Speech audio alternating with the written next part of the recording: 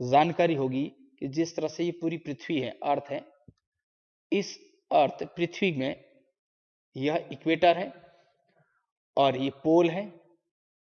तो इक्वेटर से पोल की हम कंडीशन देखें तो यह आप जान करके या विचार करेंगे कि आपको पता है कि यह कि एरिया कैसा है, ये ठंडा है, कोल्ड एरिया है, तो ये कोल्ड एरिया है। और ये वाला जो एरिया है, ट्रॉपिकल वाला एरिया, यह वार्म या हॉट कह दो, ज्यादा गर्म है। और गर्म ज्यादा है, इसका मतलब यहां से जो ओशनिक करंट चलेगी वो कैसी होगी, गर्म होगी। तो यहां से पोल की ओर जो जाएगी वह गर्म ओशनिक करंट है, वार्म ओशनिक करंट चलेगी।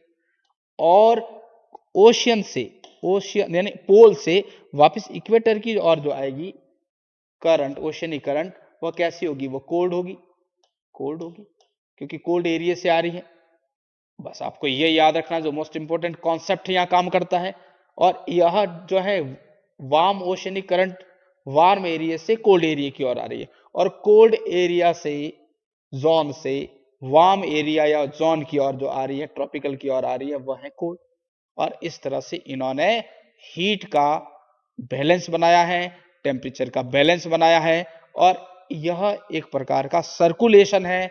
और उस कारण फ्रीज नहीं होते हैं ओशियंस, समुद्र जो है वह जमते नहीं है। तो आइए हम देखेंगे कौन कौन सी ओशनिक करंट है जो इंडियन ओशन में, पैसिफिक ओशन के अंदर और अटलांटिक ओशन के अंदर फ्लो करती है, और उनका क्या इफेक्ट है, वो हमारे क्लाइमेट को और उसकी लोकलाइज एरिया को किस तरह से इफेक्ट करती है।